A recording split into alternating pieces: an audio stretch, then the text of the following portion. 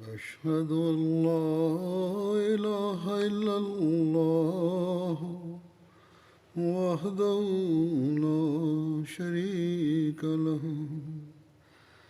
وأشهد أن محمدا عبده ورسوله أما بعد فأعوذ بالله من الشيطان الرجيم بسم الله الرحمن الرحيم الحمد لله الحمد لله رب العالمين الرحمن الرحيم مالك يوم الدين إياك نعبد وإياك نستعين اهدنا الصراط المستقيم صراط الذين أنعمت عليهم غير المغضوب عليهم ولا الضالين.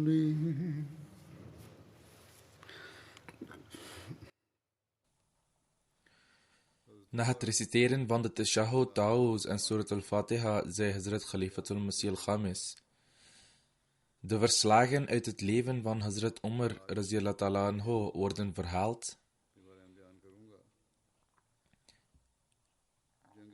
Ik zal de slag van Yarmouk vandaag vermelden. Er is een verschil van mening met betrekking tot de datum wanneer de slag van Yarmouk plaatsvond. Volgens het ene verhaal werd deze slag in 15 Hijri gestreden, terwijl volgens de anderen de slag in 13 Hijri werd gestreden, voorafgaand aan de verovering van Damascus. Volgens een ander verhaal was het eerste nieuws dat Hazrat Umar ontving met betrekking tot een overwinning in de strijd de slag van Yarmouk.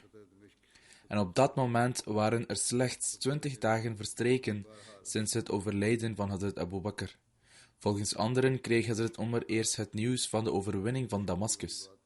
Niettemin lijkt het verhaal over de overwinning van Damascus nauwkeuriger te zijn.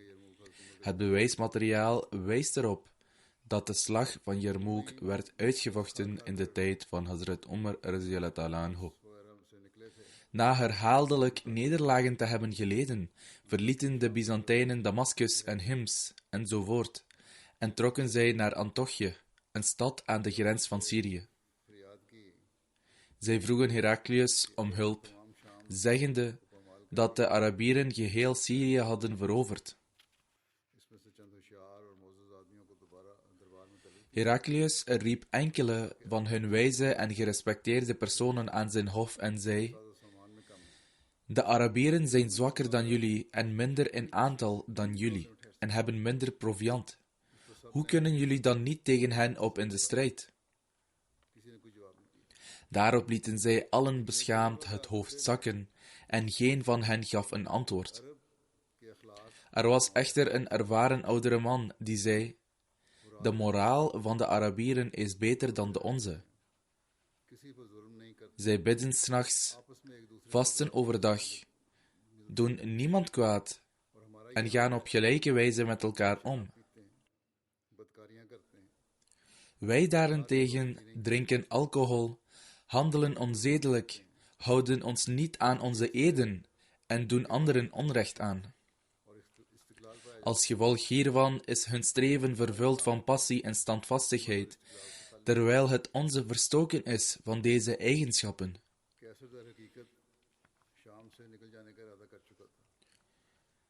De Byzantijnse keizer had reeds besloten Syrië te verlaten, maar uit elke stad en provincie kwamen verschillende christelijke delegaties om zijn hulp te vragen.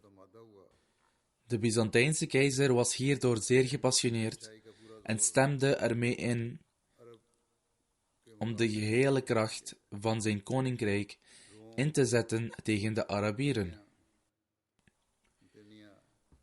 Hij zond berichten naar Rome Constantinopel, Antalya en Armenië, dat alle legers Antiochië voor een bepaalde datum moesten bereiken.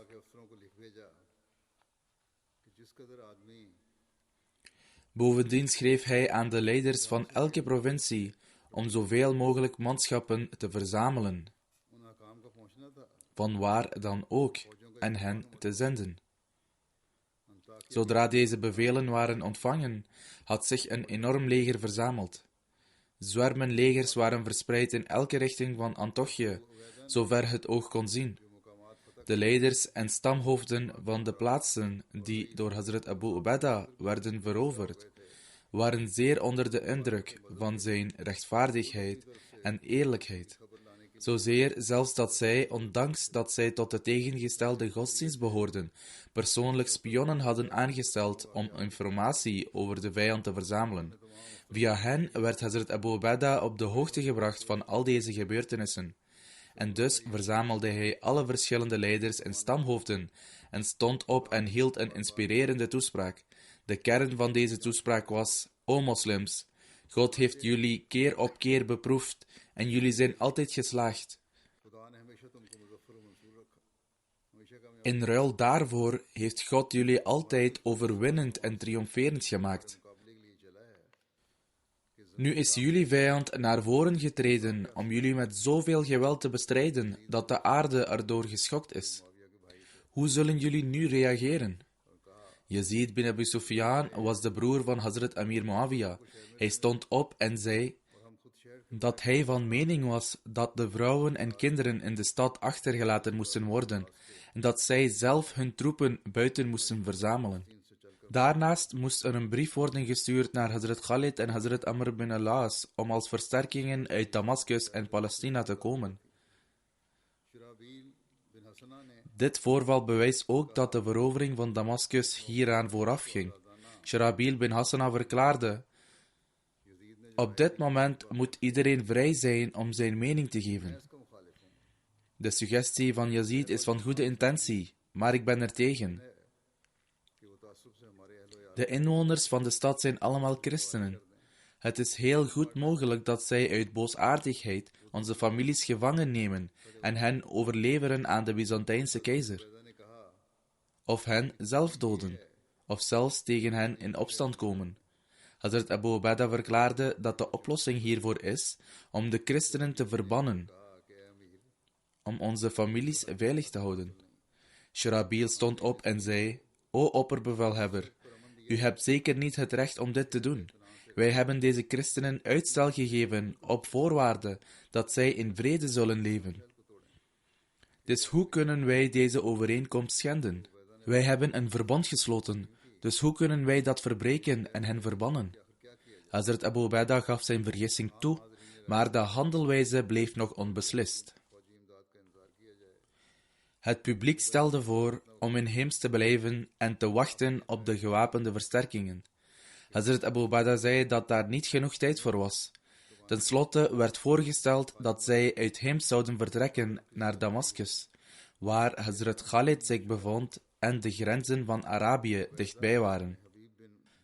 Toen dit plan van aanpak was vastgesteld, riep Hazrat Abu Ubaidah Habib bin Maslama, die de ambtenaar van de staatskas was, bij zich en vertelde hem dat zij vanwege de erbarmelijke omstandigheden niet in staat waren om de verantwoordelijkheid voor de bescherming van de christenen te handhaven. Daarom moest wat aan belasting of jizya van hen was geïnd voor hun welzijn en bescherming niet kan worden voldaan, in zijn geheel aan hen worden teruggegeven. En zij moeten er ook van op de hoogte worden gebracht dat de relatie die tussen hen tot stand was gebracht nog steeds dezelfde is, maar dat, omdat zij hen op dat moment niet konden beschermen, de jizya die in ruil voor hun bescherming was geïnd aan hen moest worden teruggegeven. Aldus werd een bedrag van 100.000 teruggegeven. Dit voorval had zo'n diepe invloed op de christenen, dat zij in tranen uitbarsten en zeer hartstochtelijk tot God baden om hun terugkeer. De Joden maakten hier een nog diepere indruk op en zwoeren bij de Torah dat zij, zolang zij leven, de Byzantijnse keizer niet over hen zouden laten heersen.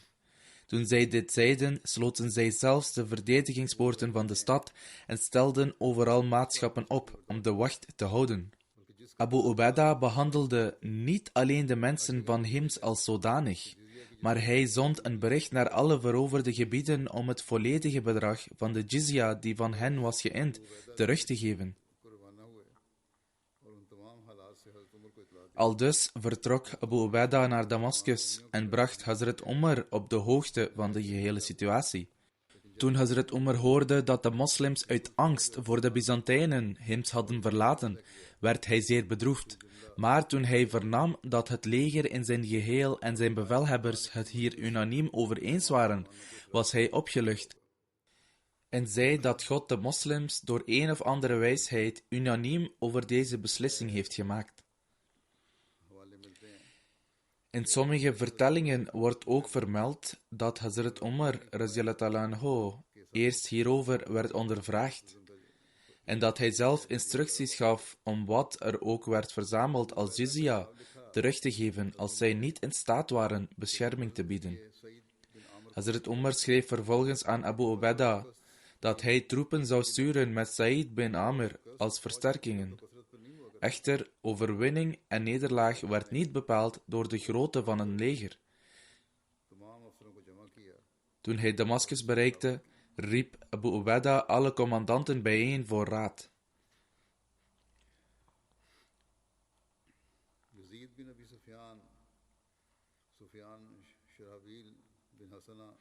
Yazid bin Abi Sufyan, Sharabil bin Hassana en Mu'adh bin Jabal gaven allen verschillende suggesties.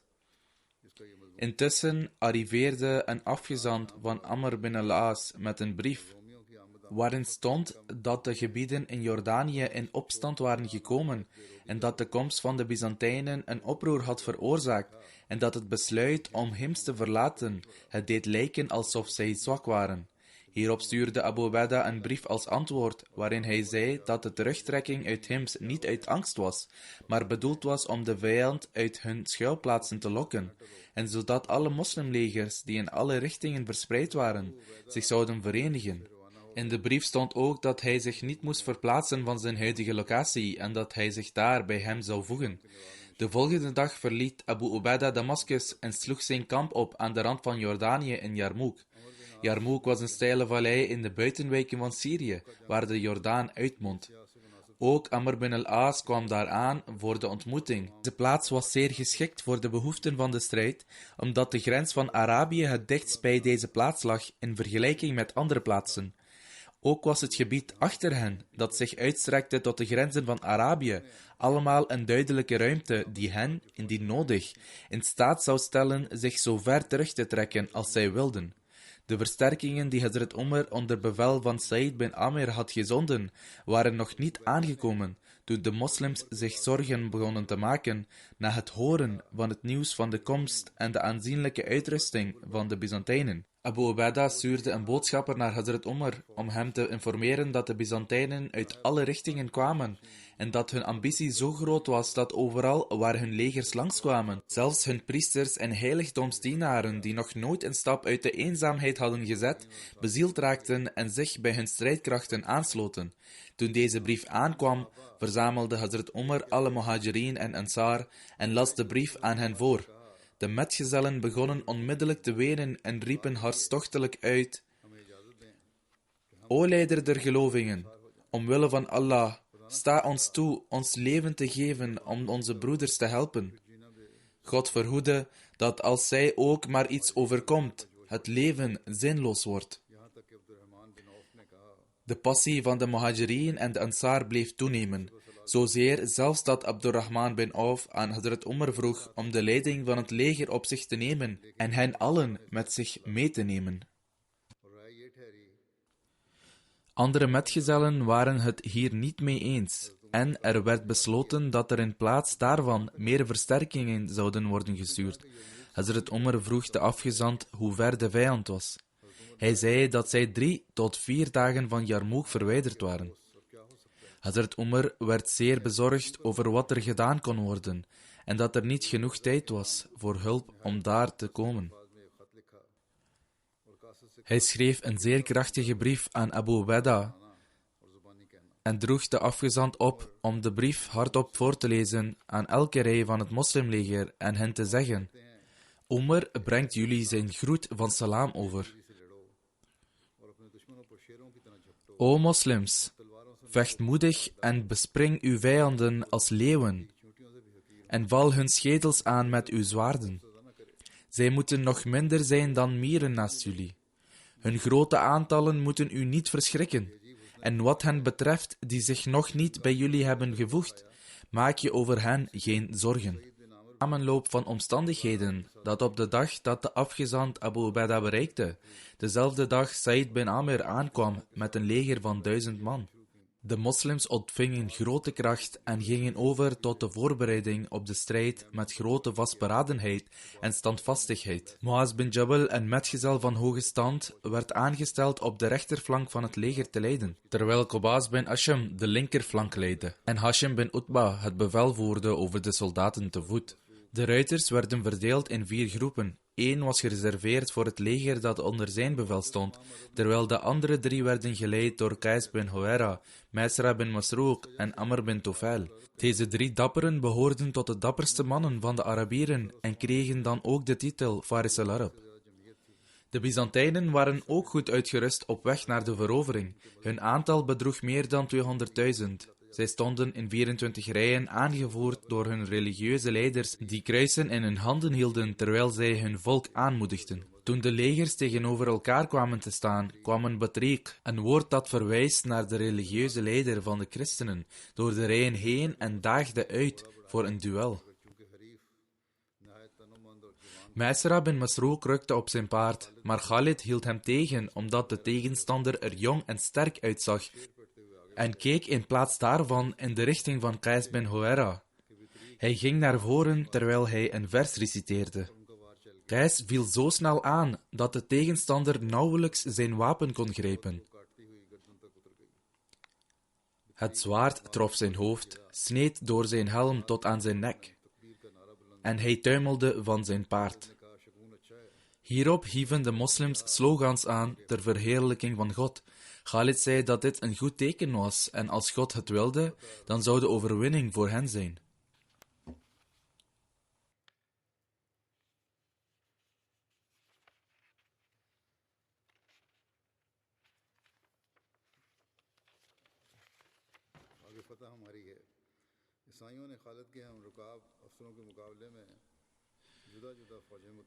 De christenen hadden afzonderlijke slachttroepen aangewezen om Khalid en de andere bevelhebbers van het moslimleger aan te vallen. Doch zij werden allen verslagen en aan het einde van de dag werd de strijd voortgezet. 'S Nachts, toen de Byzantijnen beseften dat zij aan het verliezen waren, verzamelde de Byzantijnse bevelhebber Bahan de opperhoofden en vertelde hen dat de Arabieren gewend waren geraakt aan de rijkdommen van Syrië, en dat het daarom in plaats van door te vechten het beste zou zijn hen met rijkdommen te verleiden in ruil voor vertrek. Iedereen stemde in met dit voorstel. En de volgende dag stuurden zij een boodschapper naar Abu Ubaidah met het verzoek een hooggeplaatste leider naar hen toe te sturen om te onderhandelen over de voorwaarden van een wapenstilstand. Abu Ubaidah wees hiervoor Khalid aan. De boodschapper die de boodschap overbracht heette George, als vermeld door de Urdu-geschiedenisschrijvers. Maar in de Arabische boeken wordt zijn naam Jarjah genoemd. Ik heb dit vermeld voor de Arabisch sprekenden. Toen de boodschapper aankwam, was het al avond en het Maghribgebed werd korte tijd later verricht.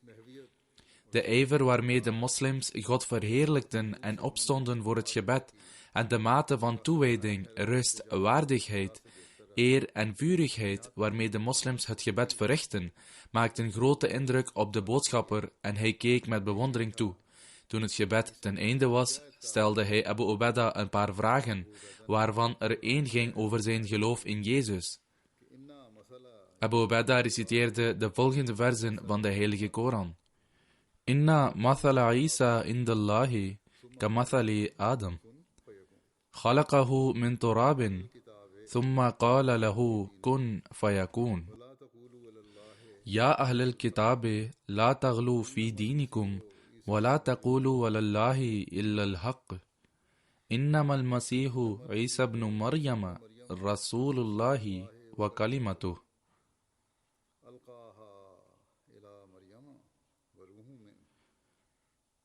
ألقاها إلى مريم وروح منه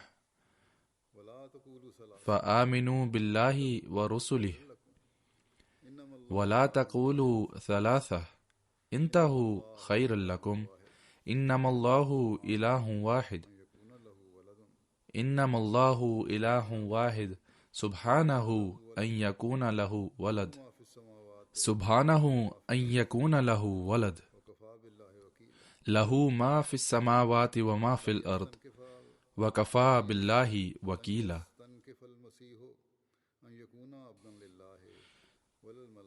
لن يستنكف المسيح أن يكون عبدا لله ولا الملائكة المقربون.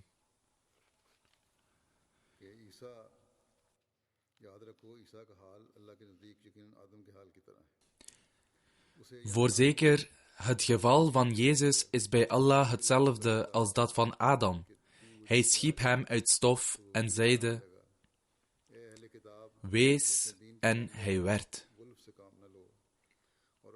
O mensen van het boek, overdrijft in uw godsdienst niet en zeg van Allah niets dan de waarheid. Voorwaar, de Messias Jezus, zoon van Maria, was slechts een boodschapper van Allah en zijn woord tot Maria, gegeven als barmhartigheid van hem. Geloof dus in Allah en zijn boodschappers en zeg niet 3 in 1. Houd op, dat is beter voor u. Voorwaar, Allah is de enige God. Het is verre van zijn heiligheid dat hij een zoon zou hebben. Aan hem behoort wat in de hemelen en op aarde is, en Allah is als bewaarder afdoende. Voorzeker, de Messias zal het nooit versmaden een diener van Allah te zijn. Nog zullen de nabijzijnde engelen dit doen. De vertaler vertaalde deze verzen en de boodschapper George verklaarde onmiddellijk: ik getuig dat dit de eigenschappen van Jezus waren, en ik getuig dat uw profeet waarheidsgetrouw is. Hierna reciteerde hij de kalima en werd een moslim. Hij wilde niet terugkeren naar zijn volk. Maar Hazrat Abu Ubaidah dacht dat de Byzantijnen dit misschien zouden zien als vertrouwensbreuk, en daarom zei hij hem de volgende dag met hun tussenpersoon terug te keren.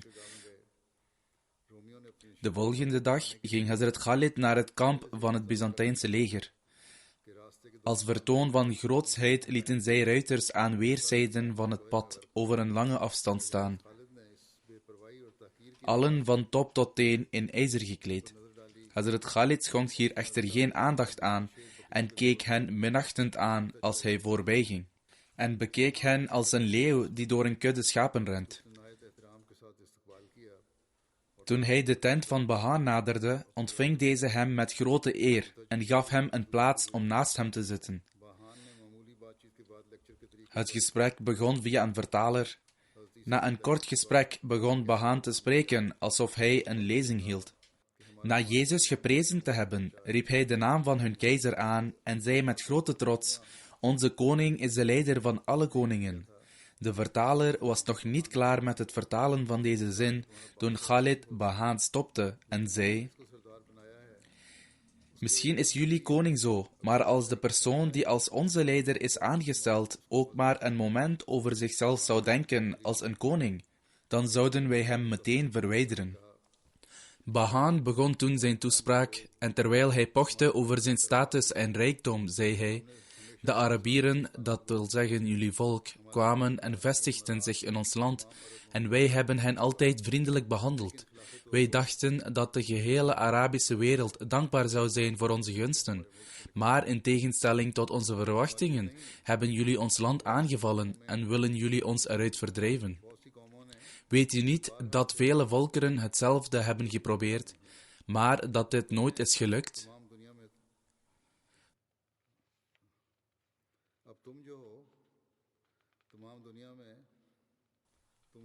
Wat u betreft, er is geen volk zo onwetend als uw volk. Niemand is minderwaardiger en minder begunstigd. Toch hebt gij het lef ons aan te vallen. Maar wij zullen deze daad van u door de vingers zien. Als gij vertrekt, zullen wij zelfs als beloning uw bevelhebbers 10.000 dinaar geven, uw officieren elk 1000 dinaar en elke soldaat elk 100 dinaar. In feite waren zij het die zo'n groot leger hadden samengesteld om de moslims te bestrijden en te verslaan. Maar toen de Byzantijnen inzagen dat het niet gemakkelijk zou zijn om deze oorlog te winnen, bedongen zij deze voorwaarden. Hoe dan ook, toen Bahaan klaar was met zijn toespraak, stond Hazrat Khalid op en na God en zijn boodschapper geprezen te hebben, zei hij: Het lijdt geen twijfel dat u rijk en machtig bent. Wij zijn ons ook bewust van uw handelingen van de naburige Arabieren. Maar dit was geen gunst van uw kant. Eerder was het een strategie om uw geloof te verspreiden. U wilde uw godsdienst verbreiden, waardoor de Arabieren zich tot het christendom bekeerden en nu samen met u tegen ons vechten. Het is waar dat wij beperkte middelen hadden en nomaden waren. Onze wreedheid en onwetendheid hadden tot gevolg dat de machtigen de zwakken verpletterden en dat stammen elkaar bevochten en vernietigden. God schonk ons echter zijn barmhartigheid en zond ons een boodschapper die uit ons midden was en die de edelmoedigste, welwillendste en rechtvaardigste van ons was. Hij onderwees ons in de eenheid van God en leerde ons dat God geen partner heeft, dat hij geen vrouw of kinderen heeft en dat hij volkomen onafhankelijk en zelfbestaand is. Hij gebood ons ook deze leer over de wereld te verspreiden.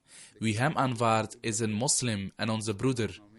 Wie het niet aanvaardt, maar ermee instemt de jizya te betalen, wij zullen hun helpers en beschermers zijn. Wie deze beide dingen verwerpt, zal met het zwaard worden getroffen. Als zij het niet accepteren en willen vechten, dan zijn wij ook bereid. Zodra Bahaan het woord jizya hoorde, zuchtte hij en wees naar zijn leger en zei: Zij zullen sterven voordat zij jizya betalen. Wij nemen jizya, wij betalen het niet. Aldus werd er geen besluit genomen en dus stond Hazrat Khalid op en vertrok. Er werden voorbereidingen getroffen voor een laatste aanval en de Byzantijnen zouden zich na deze aanval niet meer kunnen herstellen. Nadat Hazrat Khalid was vertrokken, verzamelde Bahaan de Byzantijnse generaals en zei: Jullie hebben zojuist de Arabieren horen beweren dat tenzij jullie hun onderdanen worden, jullie niet veilig zullen blijven voor een aanval. Accepteren jullie door hen onderworpen te worden en hun heerschappij? Alle Byzantijnse generaals weigerden gepassioneerd en zeiden: Wij zullen sterven, maar zullen deze vernedering nooit accepteren. In de ochtend, volledig uitgerust, marcheerden de Byzantijnse strijdkrachten met zo'n kracht dat het de moslims verraste. Toen Hazrat Khalid hier getuige van was, wilde hij het leger op een andere manier opstellen dan de Arabische manier van opstellen. Toen Hazrat Khalid zag dat de Byzantijnen met volle kracht waren uitgemarcheerd, besloot hij een nieuwe methode te gebruiken om het leger in te delen. Iets wat de Arabieren nog niet eerder hadden gebruikt. Zijn leger, dat bestond uit 30 tot 35.000 man, werd opgesplitst in 36 eenheden en hij rangschikte nauwkeurig de secties van het leger. Het centrum van het leger werd toegewezen aan Abu Ubaidah, de rechterflank werd toegewezen aan Amr bin al-As en Sharabil en de linkerflank werd toegewezen aan Yazid bin Abi Sufyan. Daarnaast waren de bevelhebbers van elk van deze troepen befaamd om hun dapperheid en oorlogsvaardigheid. Welsprekende redenaars die in staat waren om de ijver van het volk op te wekken, werden gekozen om het leger te inspireren.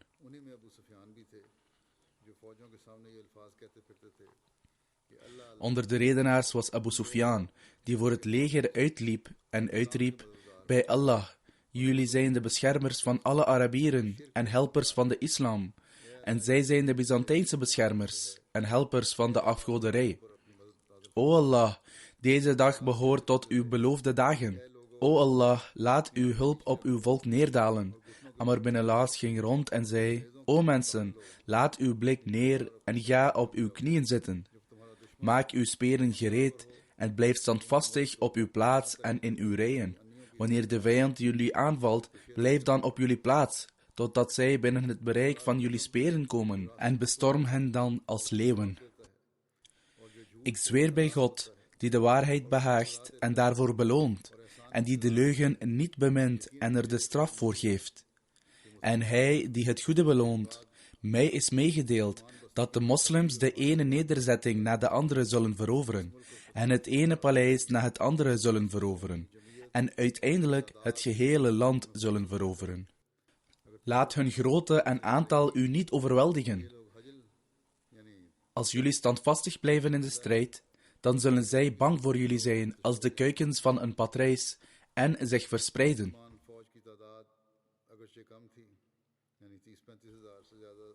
Hoewel het moslimleger tussen de 30 en 35.000 man telde, werden zij uit geheel Arabië gekozen. Onder hen waren 1000 personen die het gezegende gelaat van de heilige profeet hadden gezien. 100 personen hadden aan de zijde van de heilige profeet gevochten in de slag van Badr. 10.000 personen waren alleen al van de beroemde Arabische stam van Azd. Een grote groep van de Himyar waren aanwezig.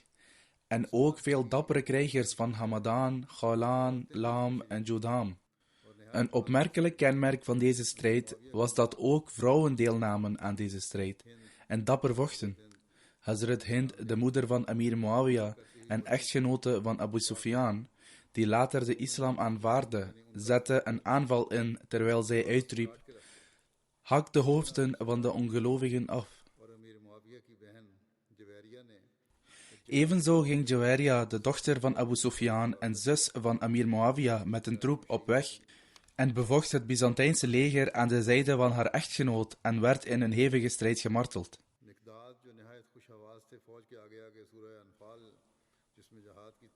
Miqdad, die een welluidende stem had, ging het leger voor en reciteerde Surah Al-Anfal, die versen bevat die betrekking hebben op de jihad. Aan de andere kant was de hartstocht van de Byzantijnen zo groot dat 30.000 Byzantijnse soldaten zich aan elkaar hadden vastgeketend, zodat er geen gedachte aan terugtrekken zou zijn. Zij ketenden hun voeten aan elkaar. De Byzantijnse strijdkrachten zetten de eerste aanval in. Een geducht leger van 200.000 man marcheerde voorwaarts. Duizenden priesters en bisschoppen met kruisen in de hand liepen voorop en reciteerden de naam van Jezus. Bij het zien van hun bewapening zei iemand spontaan: Allah is de grootste, wat een opmerkelijk leger. Hazrat Khalid antwoordde hartstochtelijk en zei: blijf rustig, bij God. Als de hoeven van mijn paard gezond waren, zou ik gezegd hebben om de christenen dit leger te laten verdubbelen. Desondanks zetten de christenen een felle aanval in en met pijlen besprenkeld rukten zij op. De moslims hielden lang stand, maar de Byzantijnse aanval was zo hevig dat de rechterflank van het moslimleger zich losrukte van het leger en zich in wanorde terugtrok. Na deze tegenslag trokken zij zich terug tot aan het kamp van de vrouwen. Toen zij de toestand van de moslims zagen, werden de vrouwen woedend. Zij trokten de stokken van het kampement op en zeiden: O ongelukkigen, als jullie deze kant opkomen, zullen wij jullie hoofden inslaan met deze stokken. Hind, de vrouw van Abu Sufyan, greep een staf en marcheerde vooruit met de andere vrouwen achter haar. Toen zij Abu Sufyan zag weglopen, sloeg Hind de puntige staf op de voorkant van zijn paard en zei: waar ga je heen? Ga terug naar het slagveld. Volgens een verhaal pakte Hind een stok en rende naar Abu Sufyan, zeggende: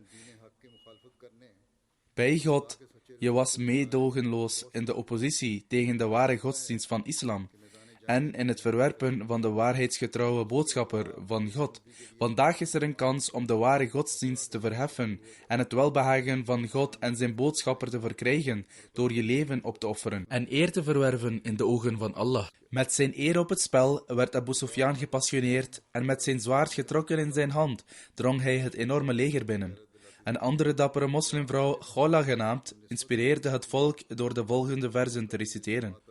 Ya hariban an niswatin taqiyat, fa an qalilin ma tara sabiyat, Wala hasiyatin, wala radiyat.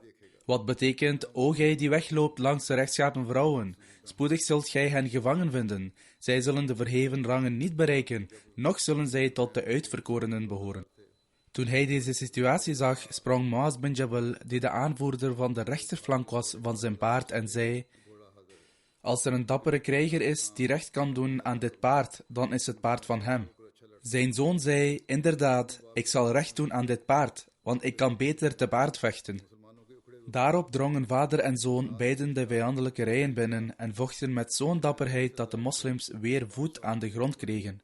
Hajjaj, die de leider was van de stam Zubeda, nam 500 soldaten met zich mee en hield de Byzantijnen tegen die de moslims achtervolgden. De Azd-stam bleef standvastig in de rechterflank van het leger. Ondanks dat zij hen met al hun militaire macht en wapens aanvielen, hielden de moslims stand als een berg. De intensiteit van de strijd was zodanig dat hoofden, handen en benen werden afgehakt, maar de moslims liepen niet weg. Amr bin Tufail, die de leider van deze stam was, bleef met zijn zwaard slaan en riep uit: O Azd, zorg ervoor dat de moslims niet door jou besmet worden. Hij doodde 9 dappere krijgers van de vijand en werd uiteindelijk zelf gemarteld. Hazrat Khalid, die zijn troepen had tegengehouden, sloeg plotseling toe en drong met zo'n kracht in de gelederen door, dat de Byzantijnse gelederen uiteenvielen. Ikrama, de zoon van Abu Jahl, reed met zijn paard vooruit en zei: O christenen, toen ik een ongelovige was, vocht ik tegen de heilige profeet. Hoe zou ik dan vandaag tegen jullie kunnen terugtrekken? Dit zeggend wendde hij zich tot het leger en zei: wie zweert trouw om zijn leven op te offeren? 400 soldaten, waaronder Zarar bin Azd, zwoeren trouw om hun leven op te offeren en vochten met zo'n vastberadenheid dat bijna ieder van hen werd gedood.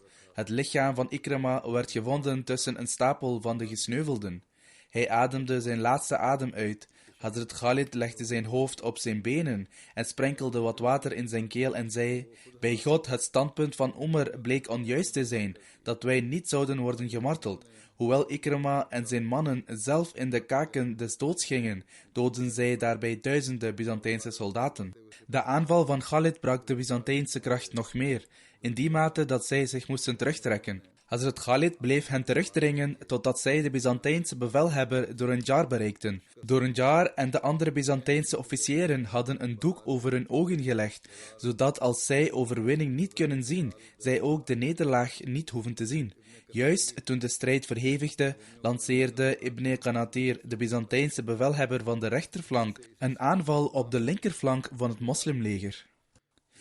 Helaas bestond deze uit een groot deel van de Laham Mohsan, die in de richting van de Levant woonden en gedurende lange tijd belasting hadden betaald aan de Byzantijnen. Doordat zij zo lang belasting hadden betaald, werden zij door hen overrompeld, waardoor zij bij de eerste aanval het onderspit delften. Ondanks het feit dat zij moslim waren, was de overweldigende invloed van de Byzantijnen overheersend en door deze angst verloren zij hun houvast. Niettemin toonden de bevelhebbers grote vastberadenheid. Als zij zwakte hadden getoond, zou de strijd voorbij zijn geweest. De Byzantijnen joegen degenen die vluchten op tot aan het kampement van de vrouwen. Toen zij deze taferelen zagen, kwamen de vrouwen onmiddellijk naar buiten en hun moed belette de christenen verder op te rukken.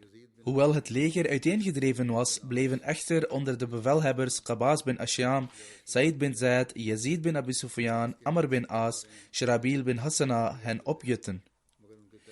De zwaarden en speren bleven uit Qabas' hand vallen, maar hij liet zelfs niet de geringste uiting van wanhoop zien. Zodra zijn speer brak en op de grond viel, zei hij: is er iemand die mij een wapen kan geven? Want ik heb aan God gezworen dat als ik het slagveld moet verlaten, het alleen in doodstrijd zal zijn. Vervolgens zou hem een zwaard of een speer worden gegeven en hij zou onmiddellijk als een leeuw op de vijand afstormen. Abu Lawr sprong van zijn paard en sprak zijn bataljon toe: geduld en standvastigheid is een teken van respect in deze wereld en een middel tot barmhartigheid in het hiernamaals. Laat deze rijkdom niet uit jullie handen glippen. Said bin Zaid stond met zijn knieën op de grond terwijl hij woedend was. De Byzantijnen stormden op hem af en hij sprong op hen af als een leeuw en viel de commandant van de voorhoede aan en velde hem op de grond. Yazid bin Abi Sufyan, de broer van Muawiyah, vocht met grote moed. Toevallig kwam zijn vader Abu Sufyan, die het leger aanmoedigde, naar hem toe en toen hij zijn zoon zag, zei hij: O mijn zoon, op dit ogenblik geeft iedere soldaat een blijk van zijn dapperheid. Jij bent een aanvoerder, dus jij hebt het grootste recht van hen allen om je dapperheid te tonen. Als zelfs één van hen je hierin overtreft, dan zou dat een schande voor je zijn. De toestand van Sharabil was zodanig dat hij van alle kanten door de Byzantijnen werd omsingeld en hij stond als een berg in het midden en reciteerde het volgende vers van de heilige Koran. Inna Allah ashtara min al-mu'minina anfusahum wa amwalahum bi anna lahumul jannah. Yuqatiluna fi sabilillahi fayaqtuluna wa yuqtalun. Waarlijk, Allah heeft van de gelovigen hun persoon en hun bezittingen gekocht in ruil van het hemelse paradijs dat zij zullen hebben. Zij strijden voor de zaak van Allah en zij doden en worden gedood. Hij zal ook de leuze aanheffen: waar zijn zij die een overeenkomst met God willen sluiten en de nabijheid van God zoeken? Wie dit hoorde, keerde spontaan terug en het uiteengevallen leger hergroepeerde zich weer. Sharabil leidde hen opnieuw in de strijd met zulk een moed dat de Byzantijnen die onophoudelijk vochten geen terrein meer konden winnen. Aan de andere kant kwamen de vrouwen uit hun kampen en gingen achter hun leger staan en riepen: als jullie je van het slagveld afwenden, keer dan maar niet terug naar ons. Tot dan toe hadden beide legers een gelijk aandeel in de strijd. In feite wonnen de Byzantijnen iets meer terrein. Toen echter Qais bin Huwaira, aan wie Khalid een deel van het leger had toegewezen en naar de rechterflank van het leger had gezonden, van achteren kwam en met zulk een hevigheid aanviel, dat zij, ondanks de inspanningen van de Byzantijnse bevelhebbers, hun leger niet intact konden houden. Alle vijandelijke rijen werden uiteengeslagen en zij werden overweldigd en begonnen zich terug te trekken. Op hetzelfde moment kwam Said bin Zaid uit het midden tevoorschijn en zette een aanval in. De Byzantijnen trokken zich steeds verder terug, totdat zij de punt bereikten die zich aan het uiterste einde van het slagveld bevond. In korte tijd was de put gevuld met lijken en was het slagveld leeg.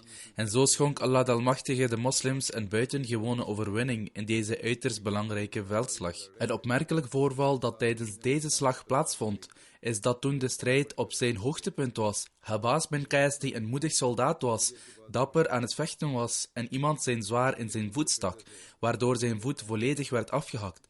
Habas was zich hier echter niet van bewust. Toen hij het zich na korte tijd realiseerde en naar zijn voet keek, zag hij dat zijn voet ontbrak. Later zouden de mensen van zijn stam altijd met grote trots aan dit voorval terugdenken. Het aantal Byzantijnse soldaten dat tijdens de slag zou zijn gedood verschilt. Azdi heeft geschreven dat het er meer dan 100.000 waren. Volgens Baladri waren het er 70.000, terwijl er 3.000 moslims werden gedood, waaronder Ikrima, Zarar bin Azwar, Hisham bin Asi, Aban bin Said enzovoort. Op dat moment was de Byzantijnse keizer in Antochië. Zodra hij van hun verlies hoorde, maakte hij zich onmiddellijk gereed om naar Constantinopel te gaan. Bij zijn vertrek keek hij in de richting van Syrië en zei: O land van Syrië, ik zeg u vaarwel. Hazrat Abu Ubaidah schreef een brief naar Hazrat Umar met het nieuws van de overwinning en stuurde een kleine delegatie waar Huzaifa bin Yaman deel van uitmaakte. Hazrat Umar had vele dagen niet geslapen in afwachting van het nieuws uit Yarmouk. Zodra hij het nieuws van de overwinning hoorde, viel hij onmiddellijk in knielen en betuigde zijn dankbaarheid aan God. Het leger in Hims moest naar Yarmouk reizen en daar tijdelijk blijven, en de belasting die van de inwoners was afgenomen, werd teruggegeven. Terwijl hij dit vermeldt, zegt Hazrat Muslim Maud radiyallahu ta'ala anhu: de metgezellen vochten tegen de Byzantijnen en veroverden uiteindelijk Jeruzalem, dat een heilig land was voor de christenen, en begonnen toen ook van daaruit verder op te rukken. Toen zij zagen dat hun religieuze centrum in handen van de moslims was gevallen, planden de christenen een laatste poging om de moslims daar vandaan te verdrijven. Zij kondigden in alle richtingen een godsdienstige kruistocht aan, die de christenen zeer bezielde. Zij verzamelden een groot leger en maakten zich gereed om de moslims aan te vallen. Toen zij dit zagen, besloten de moslims, die naar verhouding zeer gering in aantal waren, zich tijdelijk terug te trekken. De commandant van het moslimleger schreef aan Hazrat Umar: de vijand is met zovelen, terwijl wij met zo weinigen zijn. Daarom is tegen hen vechten gelijk aan het vernietigen van ons eigen leger. Daarom zal het moslimleger zich terugtrekken, als u dat toestaat, om ons leger te reorganiseren en de omvang van de strijd te verkleinen. Op deze manier zullen wij in staat zijn om iedereen te hergroeperen en hen dan uit te dagen. Hij schreef verder: als u ons toestemming geeft om de gebieden te verlaten die wij hebben bezet en van wie wij ook belasting hebben genomen, kunt u ons dan ook adviseren met betrekking tot het belastinggeld. Hierop antwoordde Hazrat Umar: het is niet tegen de leer van de islam om terug te trekken om het leger te reorganiseren en de omvang van de strijd te verkleinen, maar laat het bekend zijn dat de belasting is genomen van de inwoners van die landen, op voorwaarde dat het moslimleger hen bescherming zal bieden. Als het moslimleger daar vandaan vertrekt, betekent dat dat zij niet langer in staat zullen zijn deze gebieden te beschermen. Daarom is het noodzakelijk dat wat van hen genomen is, teruggegeven wordt.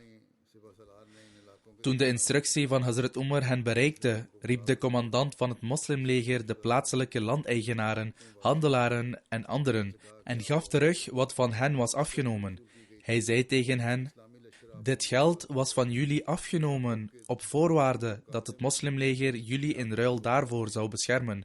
Maar nu, omdat wij ons zwakker achten in vergelijking met de vijand en ons dus tijdelijk terugtrekken van hier en jullie niet kunnen beschermen, daarom is het ons niet geoorloofd dit geld te houden. Het voorbeeld dat hier wordt gegeven is van die aard dat geen enkel andere koning in de geschiedenis ooit zo heeft gehandeld. Over het algemeen, wanneer een koning zich terugtrekt uit een gebied, in plaats van het belastinggeld terug te geven, plunderen zij het land verder. Zij vinden dat aangezien het land door anderen zal worden bezet, zij er zoveel mogelijk profijt van moeten trekken. En omdat zij er toch niet meer zullen wonen, zijn zij niet bang om hun reputatie te schaden. En zelfs als er een zeer goede, georganiseerde regering is, zullen zij hoogstens hun troepen discreet terugtrekken en geen grootschalige plunderingen en geweld toestaan.